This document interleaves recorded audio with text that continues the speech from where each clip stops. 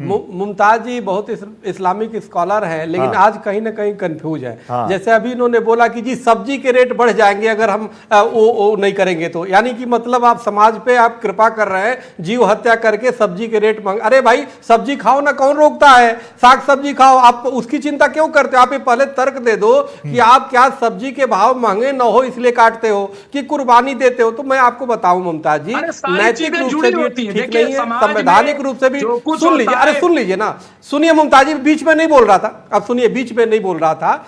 आप सवाल इस बात का है, कबीरदास जी ने भी कहा है कि बकरी पाती खात है ताकि कीची काल, और जो नर बकरी खात है ताकि कौन। अरे इस बात को समझिए कि जो पहले कुर्बानी जहां से शुरू हुई हजरत इब्राहिम से, उन्होंने भी पूछ करके कुर्बानी दिया। आप तो बिना पूछे जाते हो, पैसा देते हो और ला करके जबरदस्ती रहते हो। आपके घर के मासूम बच्चे वो चिल्लाते हैं, अरे भाई मत काटो मत काटो, लेकिन आप मानते नहीं। वो तो बच्चों को भी आप हिंसा सिखा रहे हो। तो यह बिल्कुल गलत है। अरे आप तो सुनिए दुम्बा, सुनिए मेरी एक बार 30 सेकंड दे दीजिए रिजवी साहब, उनको फिर मैं आपके पास ही आ रहा हूं। 30 सेकंड और चक्रपाणी जी प्लीज, 30 सेकंड बाद आ रहा हूं रिजवी साहब आपके पास। चक्रपाणी जी प्लीज, सुनूंगा मैं आपकी बातें सुनूंगा।